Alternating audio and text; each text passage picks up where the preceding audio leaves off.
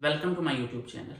आज की इस वीडियो में मैं आपके लिए दो टॉपिक्स लाया हूँ। उनमें से एक टॉपिक तो ये है कि जब आप पहली दफ़ा जब आप एंड नोट इंस्टॉल करेंगे तो उसके बाद आप लोग नई लाइब्रेरी कैसे क्रिएट करेंगे, और अगर आप नई लाइब्रेरी नहीं क्रिएट करना चाह रहे तो आपके पास जो पुरानी लाइब्रेरी मौजूद है आपके लैपटॉप में वो आपने कैसे ओपन करनी है।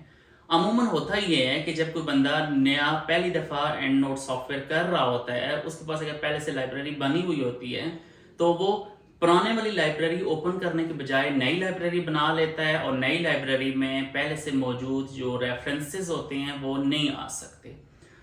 इस इशू का सोल्यूशन मेरे पास है। मैं आपको बताऊंगा कि नई लाइब्रेरी कैसे बनती है और जो पहले से जो लोग यूज़ कर रहे हैं उनके लिए पुरानी लाइब्रेरी कैसे आपने एंड नोट में ओपन करनी। एक तो ये टॉपिक। दूसरा, मुझे बिल्कुल रिसेंटली ये मेरे साथ इशू हुआ है।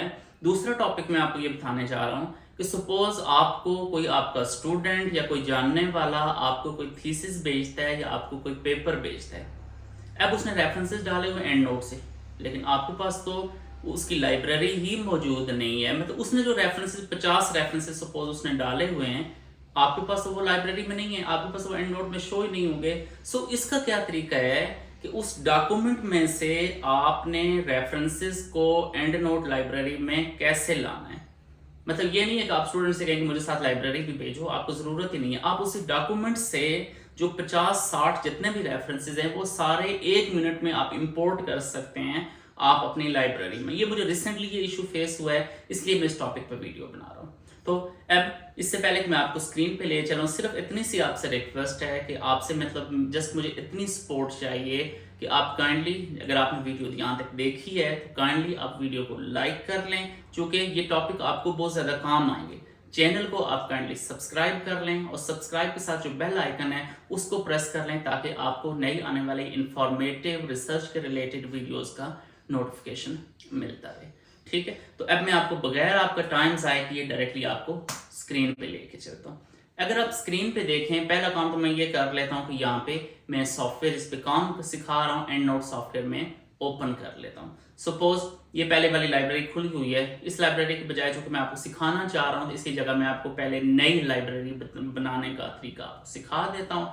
फिर उसके बाद कि अगर आप पहली दफ़ा सॉफ्टवेयर कर रहे हैं तो फिर आपने एग्जिस्टिंग लाइब्रेरी कैसे ओपन करनी है, नई लाइब्रेरी कैसे बनानी है, ये सारी चीज़ें इस वीडियो में मैं आपको साथ साथ बताऊंगा। सपोज ये है क्रिएट न्यू लाइब्रेरी, मतलब आपने पहली दफ़ा सपोज आपने इंस्टॉल किया है तो आपने कोशिश ये करनी है कि सी पार्टीशन में आपने लाइब्रेरी नहीं रखनी। सी में पार्टीशन में लाइब्रेरी रखने से इशू क्या होता है कि आपकी जब विंडो करप्ट हो जाती है, कोई विंडो आपका अगर इशू करती है तो उसमें ये होता है कि आपकी जो सी पार्टीशन में जितना भी डाटा होता है सारा का सारा उड़ जाता है, सारा का सारा डिलीट हो जाता है और आपकी लाइब्रेरी, आपका थीसिस, आपकी रिसर्च सब कुछ खत्म हो जाती है।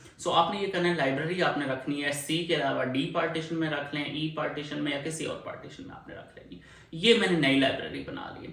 लेकिन अगर सपोज कोई स्टूडेंट है जिसने पहले से लाइब्रेरी बनाई हुई है, उसको न्यू में नहीं जाना, उसने ओपन लाइब्रेरी में जाना है। ओपन लाइब्रेरी में जाके आपने जिस जगह पे लाइब्रेरी रखी हुई है वो लाइब्रेरी फाइल फिर आपने याद रखनी है कि कहाँ आपने रखी हुई है। तो एग्जिस्टिंग लाइब्रेरी आपने ओपन करनी है, आपने नई लाइब्रेरी ओपन नहीं करनी। ये तो आ गया जी इस वीडियो का पहला टॉपिक।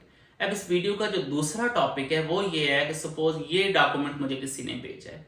ठीक है, ये डॉक्यूमेंट मुझे भेजा है, इस डॉक्यूमेंट के उसने मुझे लाइब्रेरी नहीं भेजी, लेकिन ये करिए रेफरेंसेस एंड नोट से डले हुए हैं लेकिन इसकी लाइब्रेरी नहीं है। How add these references to your library. मतलब ये नहीं है कि आप बस 100 रेफरेंसेस स्टूडेंट डाल के भेज रहे हैं और आप दोबारा से वो रेफरेंसेस लाइब्रेरी में आपके पास है ही नहीं, तो आप तो उसको कुछ भी उसमें चेंज नहीं कर सकते। इसका तरीका ये है कि add these references to your library. इस डॉक्यूमेंट से उठा के लाइब्रेरी में डाल लें। उसके लिए आपने क्या करना है, बड़ा सिंपल सा स्टेप है, टोटल एक क्लिक पे होगा, लेकिन आपको मेथड आना चाहिए। एंड नोट में जाएं, एंड नोट के ऊपर वो राइट क्लिक कॉर्नर पे जो क्वेश्चन मार्क की ऑप्शन है हेल्प, उसके साथ ऑप्शन है एक्सपोर्ट टू एंड नोट। ये इसके ऊपर आप क्लिक करेंगे, यहाँ 3 ऑप्शन आएंगे। एक्सपोर्ट ट्रैवलिंग लाइब्रेरी पहले वाली ऑप्शन, बाकी नहीं कर देना। पहली ऑप्शन जो है एक्सपोर्ट ट्रैवलिंग लाइब्रेरी, तो आप सिंपली एक्सपोर्ट ट्रैवलिंग लाइब्रेरी में जाएंगे। ऐड, इसमें आप 2 ऑप्शन है, नई लाइब्रेरी भी बना सकते हैं और ऐड टू एग्जिस्टिंग। नई बनाने की जरूरत नहीं, आप एग्जिस्टिंग लाइब्रेरी, ये देखें एक्सपोर्ट कंप्लीट।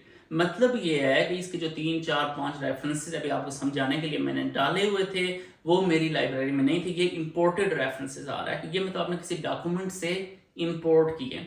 अब आप इसको कुछ भी चेंज कर सकते हैं। समटाइम ये होता है कि स्टूडेंट ने रेफरेंसेस गलत डाले होते हैं। इसमें आप अगर कोई करेक्शन करना चाह रहे हैं, कोई चीज़ आप अगर इसमें ऐड करना चाह रहे हैं, आप इसमें DOI नंबर ऐड करना चाह रहे हैं, जो भी चीज़ आप इसमें ऐड करना चाह रहे हैं वो आप आसानी से ऐड कर सकते हैं। तो मैंने अपनी तरफ से कोशिश की है आपको डिटेल से समझाने की। स्टिल अगर आपका कोई क्वेश्चन हो, आपको कोई डिफिकल्टी हो, तो आप काइंडली नीचे कमेंट्स बॉक्स में आएँ, यहाँ पे आके आप मुझे बताएं। मैं ज़्यादा से ज़्यादा चंद घंटों के अंदर अंदर आपको प्रॉपरली रिस्पॉन्ड करूँगा, प्रॉपरली आपको गाइड करूँगा। Thank you so much. अल्लाह हाफिज़।